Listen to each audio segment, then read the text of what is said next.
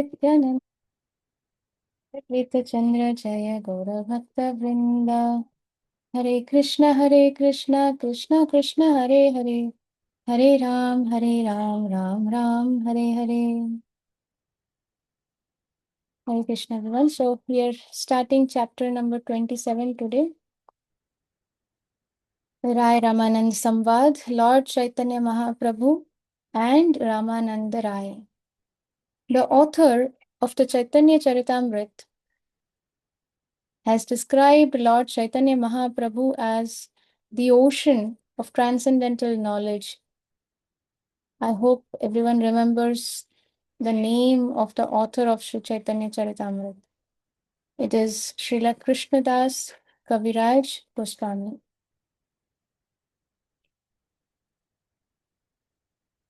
Has described Lord Chaitanya Mahaprabhu as the ocean of transcendental knowledge and Sri Ramananda Rai as the cloud which is produced from that ocean. Mahaprabhu is the ocean of what? Transcendental knowledge. From that ocean, the water evaporates and forms a very heavy cloud of that same, holding that transcendental knowledge, the essence, and that is Sri Ramananda Rai. Ramananda Rai was a greatly advanced scholar in devotional service. In Gaur Leela, who is our Sri Ramananda Rai, is in Krishna Leela, Sri Vishakha Sakhi. Also a partial expansion or partial incarnation of Arjun. So therefore, both the ways, as Mahaprabhu comes, Mahaprabhu is the combined form of Srimati Radharani. Therefore, Sri Ramananda Rai, whose Vishakha Sakhi is very dear to Krishna as well as Radharani. And similarly, Krishna's friend Arjun. So Sri Ramananda Rai is very dear to Mahaprabhu. Ramananda Rai was a greatly advanced scholar in devotional service, and by the grace of Lord Chaitanya Mahaprabhu, he gathered all the transcendental conclusions, just as a cloud gathers water from the ocean. As clouds appear from the ocean and then go all over the world to distribute water, it is from the clouds that the rains come, and because of the rain doesn't say, I will not fall on that ground, I will only fall on this ground. No, it gives water to all the places. Similarly, um, which then turns to the ocean. So, by the grace of Lord Chaitanya, Ramananda Rai attained his higher knowledge of devotional service, and again, after retiring from service, he was the uh, most reputed, most respectable, and the most in demand minister of the king of Orissa, Maharaj Pratap Rudra, Ramananda Rai. And after retiring from the service, or rather taking voluntary retirement from his service as a minister under um, Sri Pratap Rudra Maharaj, he went to join Lord Chaitanya Mahaprabhu in Jagannath Puri. When Lord Chaitanya visited the southern part of India, he first went to the great temple known as Jiyad Nirsimha Kshetra. This temple is situated in a place known as Simhachala, 5 miles from Vishakhapatnam. This is exactly where um, I hope everybody has heard the name of Her Grace Nitai Sevani Mataji. So Nitai Sevani Mataji and Mataji's husband, His Grace Samba Prabhu, they were settled in the United States of America, well settled, and proper grihasti was going on. And at that time, in those times, people did not have these laptops and computer in every house. It was long back. So Prabhu would go to the library, common library, and check his emails once a week or something like that. This was narrated by Mataji. So my info, some of the details may be off here and there. I'm not sure, but I'm just trying to bring out some essence here. Is that when Guru Maharaj mentioned that had written an email to Prabhu that I heard that your wife can speak some uh, Telugu or Tamil, one of the languages, and therefore, is it possible for you to go to Vishakhapatnam and preach there a little bit? Because in those times there were misleaders, missed people, misleading in Vishakhapatnam in the name of Hare Krishna. So people were being misled at that time. So Guru Maharaj was very worried about this, and therefore he emailed.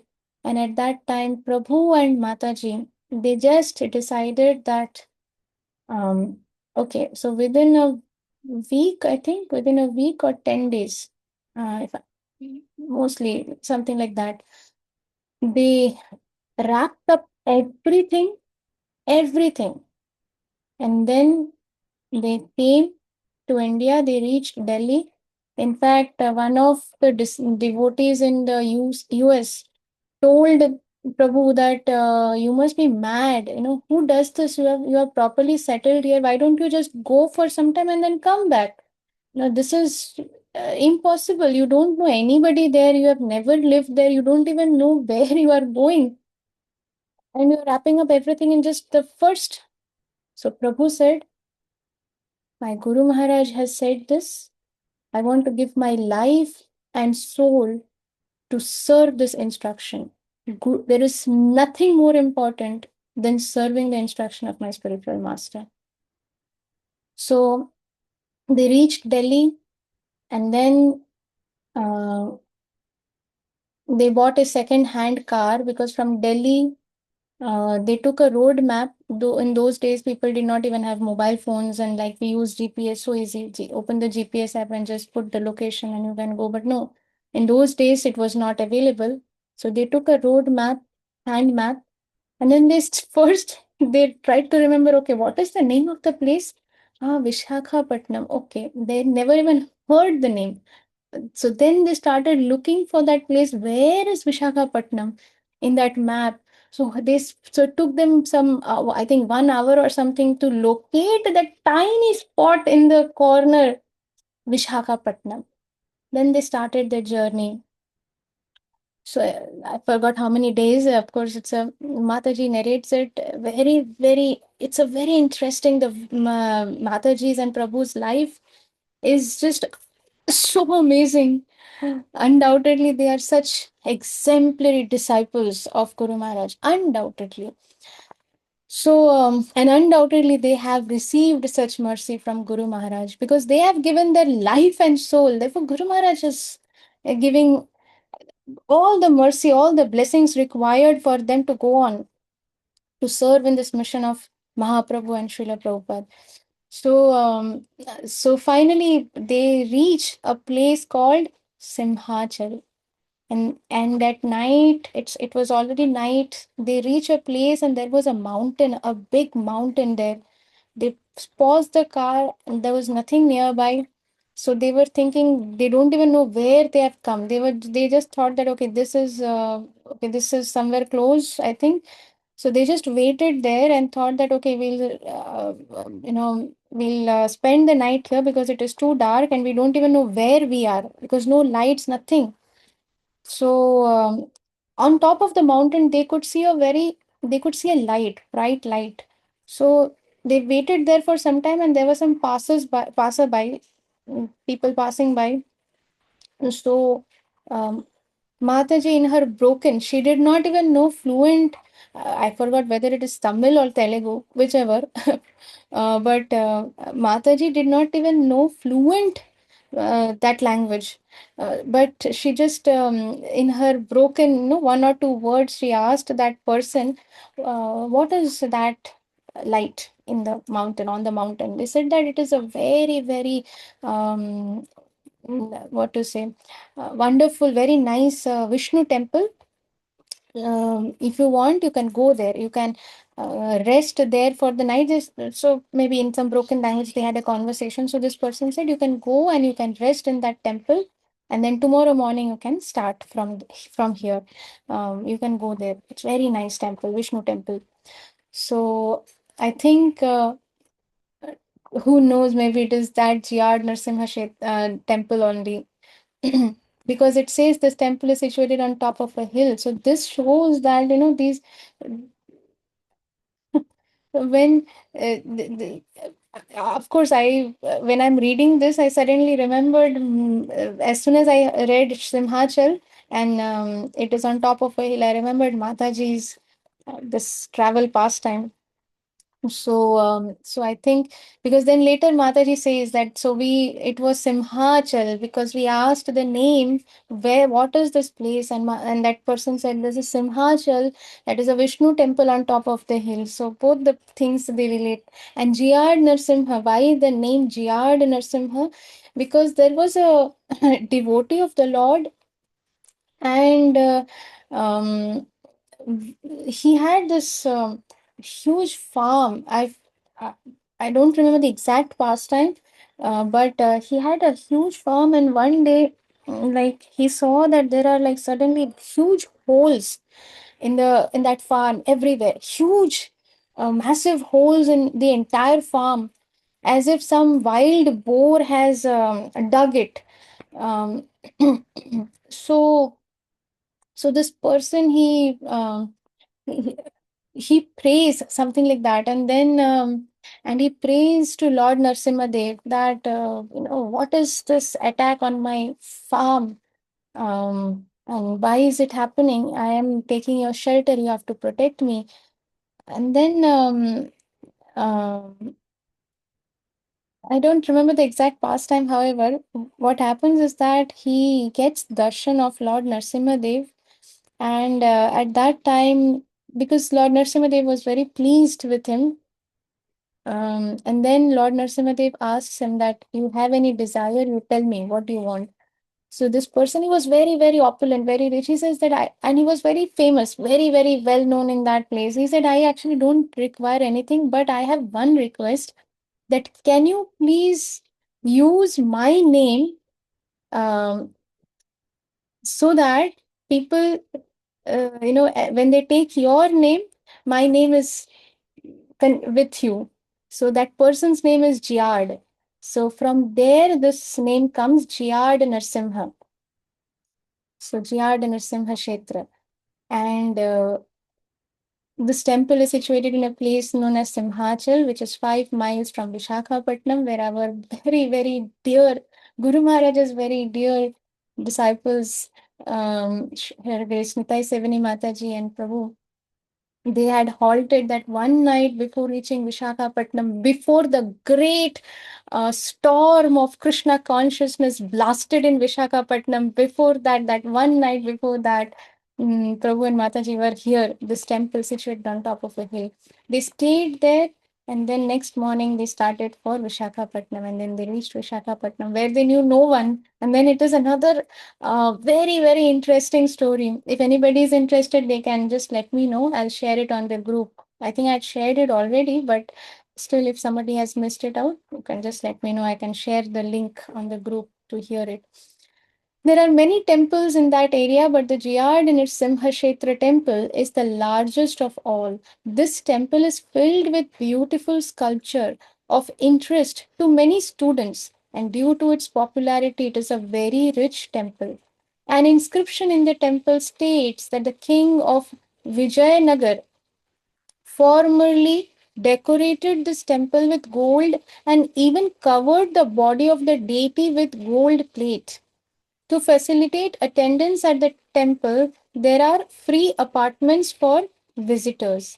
The temple is managed by priests of the Ramanujacharya sect. When Lord Sri Chaitanya Mahaprabhu visited this temple, he praised the deity and quoted a verse from Sridhar Swami's commentary. I hope everyone remembers the pastime of Sridhar Swami. We had discussed this.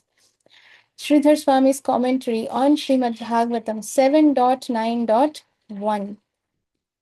उग्रोप्यनुग्र एवायं स्वभक्तानां नृकेसरी केशरीव स्वपोतानाम् अन्येषाम् उग्रविक्रमः.